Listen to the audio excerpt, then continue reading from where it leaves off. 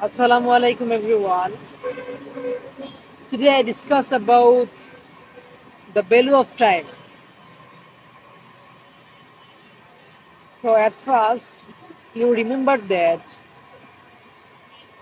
don't waste your time, and time is not waiting for anyone. So don't waste your time. It's going, going and going. So you should be careful, and you use your time properly, and proper work, good work. That's why you got a good result. So today that's it. Assalamu alaikum.